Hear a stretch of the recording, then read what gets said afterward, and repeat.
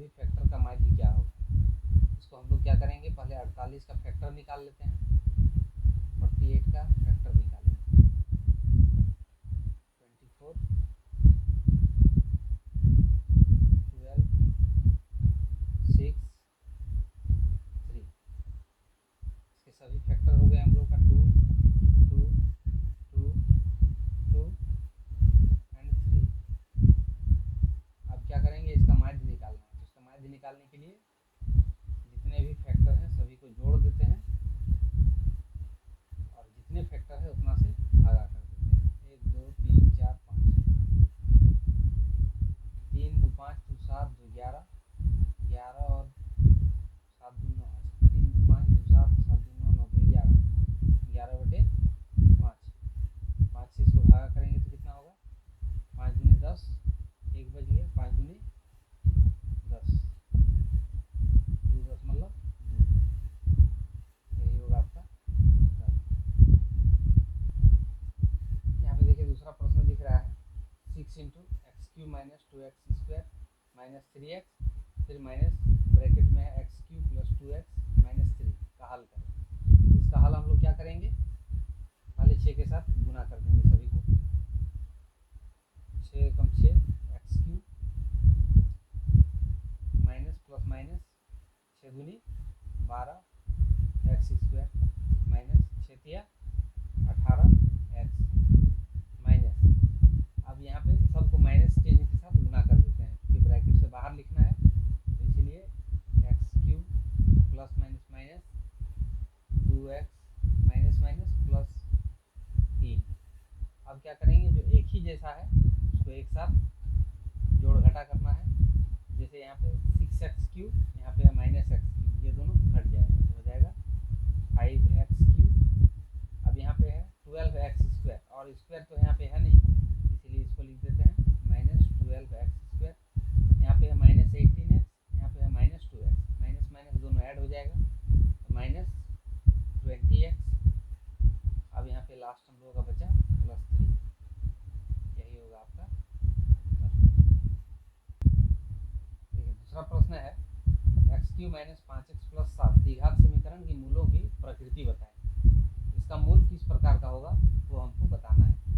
तो इसकी मूल की प्रकृति ज्ञात करने के लिए हम लोग को क्या करना होता है, पहले देखना होता है कि इसमें इसका गुणांक जो ए क्या है, 1 है, बी क्या है -5 है और सी क्या है 7 है।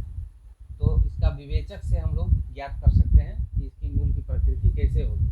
विवेचक को डी बोला जाता है और इसका एक सूत्र होता है डी बराबर B square minus 4ac। B का मान क्योंकि -5 है, -5 का स्क्वायर -4 गुना ए का मान 1 और सी का मान है 7। तो यहाँ पे माइनस माइनस प्लस 5 का स्क्वायर 25, 4 गुना 7 28, ये दोनों घटाएंगे तो आ जाएगा -3, -3 आया। अब चूंकि डी का मान 0 से छोटा है, डी का मान 0 से छोटा है, इसलिए इसके मूल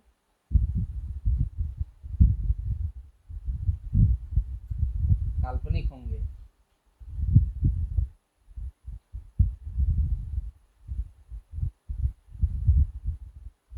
अगर डी का मान 0 से बड़ा आता है यानी कि पॉजिटिव साइन में आता है, तब हम लोग लिखते हैं इनके मूल वास्तविक एवं असमान होंगे। अगर डी का मान 0 आता है तब हम लोग लिखते हैं इनके मूल समान होंगे।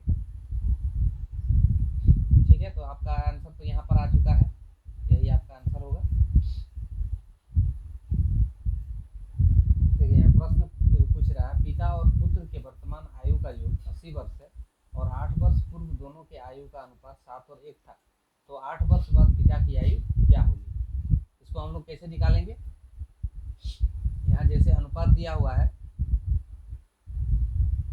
पिता और पुत्र का, पिता और पुत्र का, इसको हम लोग ऐसे भी लिख सकते हैं फादर सन। ये हम लोग लिखते हैं 8 वर्ष पहले,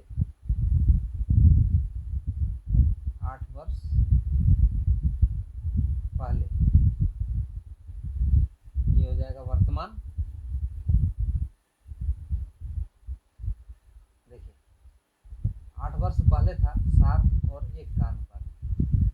अब चूंकि वर्तमान में इसमें हम 7 साल पहले का ये अनुपात था, इसमें 8 साल जोड़ देते हैं, इसमें भी 8 साल जोड़ देते हैं, तो ये वर्तमान आयु हो जाएगा 8 7 15 और 8 और 1 9। यहाँ पे अनुपात हो जाएगा कैसे, 3 5 15, 3 3 9, 5/3। अब चूंकि यहाँ पे प्रश्न में दिया हुआ है कि 80 वर्ष दोनों के वर्तमान आयु का जोड़, यानी 5 और 3 8, 8 का जो जोड़ हो गया 80, यानी हम इसको ऐसे लिख सकते हैं 8 इकाई बराबर 80, तो 1 इकाई बराबर 10। तो पिता का जो उम्र है वर्तमान में 5 गुना 10 यानी कि 50। तो यहाँ 8 वर्ष बाद पूछा है, तो 8 साल और इसमें जुड़ जाएगा, 50 + 8 यानी कि 58 वर्ष। ये होगा आपका उत्तर। देखिए यहाँ नेक्स्ट क्वेश्चन है a² + 1/a² बराबर 18, तो aq + 1/aq का मान क्या होगा। इसके लिए क्या करना होता है, हमको ये जो दिया हुआ है इसको इस रूप में चाहिए, a + 1/a।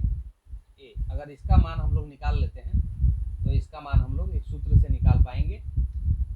इसका जो सूत्र होता है वो होता है, अगर इसका मान दिया हुआ है तो इसका मान होगा, जैसे यहाँ q के फॉर्म में पूछा है तो इसका अगर वैल्यू हम लोग p मान लेते हैं, इतना बराबर यदि p है तो इसका वैल्यू हो जाएगा p का q माइनस 3 गुना p। अब हम लोग क्या करते हैं, यहाँ पे जो a² + 1/a² दिया है इसमें से हम लोग इसका मान निकालते हैं। इसका मान कैसे निकालेंगे, इसको हम लोग a + b का होल स्क्वायर के रूप में तोड़ देते हैं। तो a + b का होल स्क्वायर के रूप में अगर तोड़ेंगे इसको, तो यहाँ होगा a + 1/a का होल स्क्वायर माइनस यहाँ पे लग जाएगा 2 बराबर दिया हुआ है 18।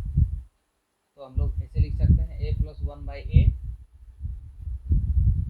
बराबर 18 में 2 जुड़ जाएगा तो 20 हो जाएगा, और यहाँ पे चूंकि स्क्वायर था, स्क्वायर को उधर भेजेंगे तो यहाँ पे रूट लग जाएगा, यानी कि a + 1/a बराबर हो जाएगा हम लोगों का 4 5 20, 4 का वर्गमूल हो जाता है 2 और रूट के भीतर 5। ये हो गया p का मान बराबर p हो गया।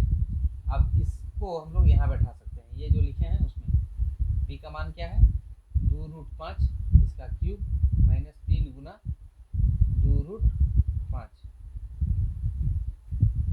ये हो जाएगा आपका 2 का क्यूब 8 और √5 का क्यूब अगर करेंगे तो 5√5 हो जाएगा।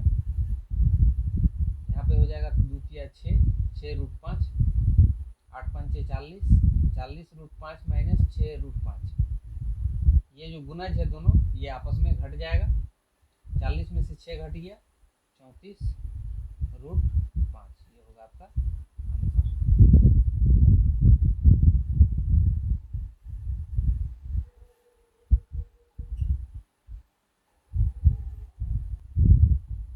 देखिए एक प्रश्न है tan 9a बराबर cot 5a माइनस 50 डिग्री, तो a + 75 डिग्री बराबर क्या होगा।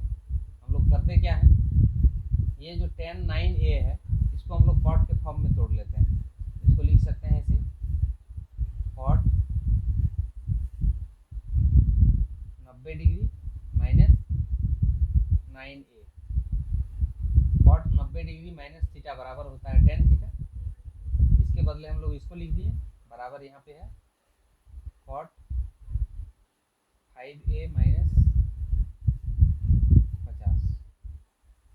cot कैंसिल, तो यहाँ पे हम लोग का बचा क्या 90 degree minus 9a equal to 5a minus 50,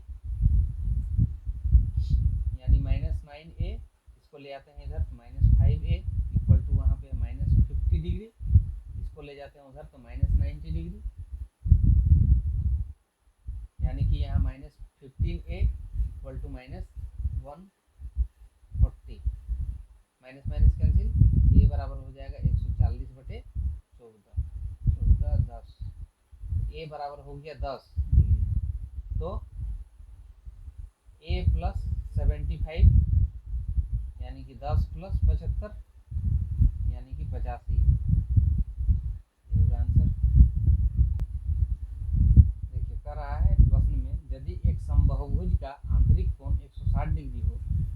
बहुभुज में कितनी भुजाएं हैं।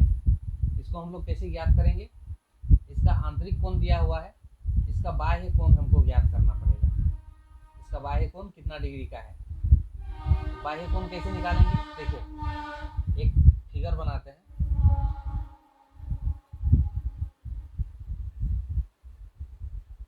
मान लेते हैं ये बहुभुज है, इसका आंतरिक कोण ये वाला कोण दिया हुआ है 160 डिग्री। अब इस भुजा को यदि हम इस तरह बढ़ा दें तो यहाँ पे एक सरल रेखा बन गया। एक सरल रेखा का कोण होता है 180 डिग्री, तो ये यदि 160 डिग्री है तो ये कितना होगा 20 डिग्री। अब हम लोग का बाह्य कोण हो गया, बाह्य कोण के अनुसार ही हम इसको जो है भुजा निर्धारित कर सकते हैं कि इसमें के गो भुजा है। इसका एक सूत्र होता है n बराबर मतलब भुजाओं की संख्या बराबर 360 डिग्री बटे 180 डिग्री माइनस जो आपका मान दिया हुआ है, जैसे 160 डिग्री दिया हुआ है इसको यहाँ पे बैठा देना है। 360 डिग्री बटे ये दोनों घटाएंगे तो आ जाएगा 20 डिग्री। 0 0 कट गया, 18 दूनी 36। इसमें के गो भुजाएं हैं 18 गो, ये होगा आपका आंसर। एक बात याद रखिएगा कि ये जो बाह्य कोण है, सभी बाह्य कोणों का योगफल 360 डिग्री होता है, ठीक है। इसी के अनुसार इसका आंसर निकला। देखिए एक प्रश्न इस तरह से है, एक चित्र दिया हुआ है। इस चित्र में ये एक समलंब चतुर्भुज है। समलंब चतुर्भुज में ये दोनों भुजाएं आपस में समांतर होती है। अब चूंकि इसका क्षेत्रफल दिया है समलंब का क्षेत्रफल 160 सेंटीमीटर स्क्वायर, तो इसके समांतर भुजाओं का अनुपात क्या होगा, मतलब ये दोनों भुजाओं के बीच में अनुपात क्या है वो हम लोग को ज्ञात करना है। तो इसके लिए क्या करते हैं, जो मान दिया हुआ है उसके अनुसार हम लोग इसका क्षेत्रफल का सूत्र लिखते हैं।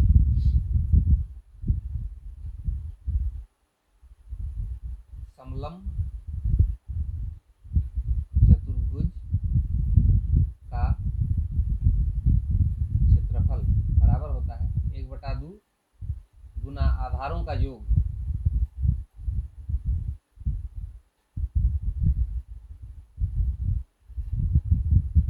गुना ऊंचाई। समलंब चतुर्भुज का क्षेत्रफल ये दिया हुआ है 160 बराबर 1/2 गुना आधारों का योग। इसका आधार क्या है, एक x है, एक x माइनस 4 है, तो x प्लस x माइनस 4। उसके बाद है ऊंचाई, ये ऊंचाई है, इसका ऊंचाई है x प्लस 4।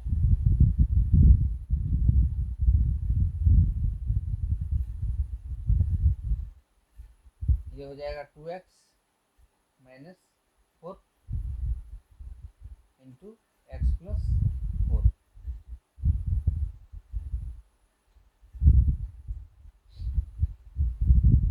दोनों से 2 कॉमन ले लेते हैं, तो यहाँ x माइनस 2 और x प्लस 4, ये 2 कैंसिल। अब इसका हम लोग गुना कर देते हैं।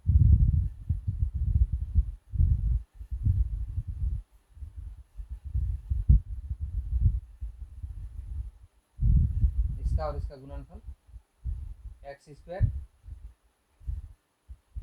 प्लस 4x, इसके साथ इसका माइनस 2x माइनस 8। इसको हम ऐसे लिख सकते हैं x स्क्वायर, ये दोनों घट जाएगा, प्लस 2x, अब ये चल जाएगा उधर तो माइनस हो जाएगा 168 बराबर 0 बचा। इसका हम लोग गुणनखंड कर देते हैं।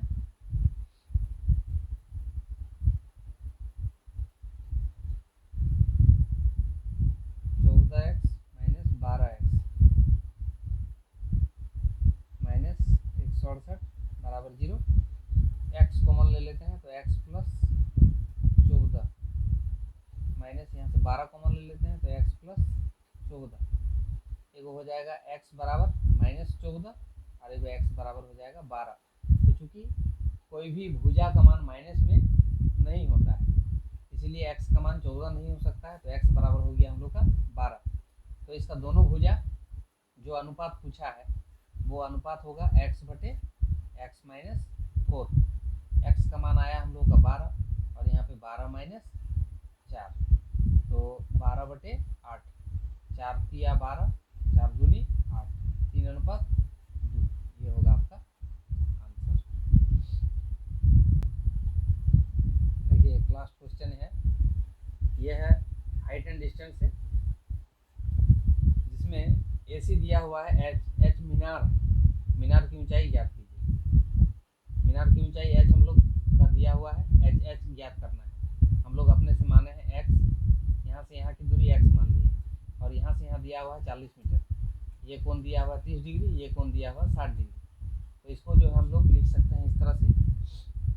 पहले लिखते हैं त्रिभुज APC में tan कितना डिग्री, 30 डिग्री, tan 30 डिग्री बराबर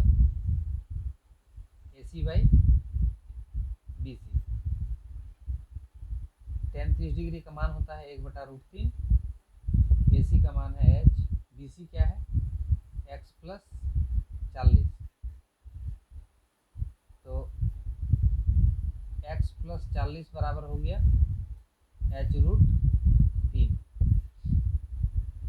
या x बराबर हो गया h√3 माइनस 40। फिर हम लोग लिखते हैं त्रिभुज ABC में tan 60 डिग्री, tan 60 डिग्री बराबर AC by CD। tan 60 degree का मान होता है √3, AC का मान है h और CD का मान है x, या √3 बराबर h बटे x का वैल्यू है h√3 माइनस 40, इसको बैठा देते हैं h√3 माइनस 40, इसके साथ इसका मल्टीप्लाई हो जाएगा, h बराबर इसके नीचे 1 है, इसके साथ इसका गुना हुआ h, इसके साथ इसका गुना हो जाएगा h गुना 3 माइनस 40√3। h को इधर ले आते हैं, h minus 3h equal to minus 40√3, तो minus 2h equal to minus 40√3, minus minus cancel, तो h इक्वल टू 20√3 मीटर। ये हो गया मीनार की अधिकतम ऊंचाई, यही होगा आपका आंसर। तो दोस्तों, मेरे द्वारा बताए गए गणित आपको कैसे लगते हैं आप मुझे कमेंट सेक्शन पर बता सकते हैं। जो मेरे इस चैनल पर नए हैं वो मेरे इस चैनल को सब्सक्राइब कर लें और मेरे चैनल पर जो बेल आइकन दिख रहे हैं उस बेल आइकन को भी दबाएं, ताकि आपको आने वाले हर एक वीडियो की नोटिफिकेशन मिलती रहे।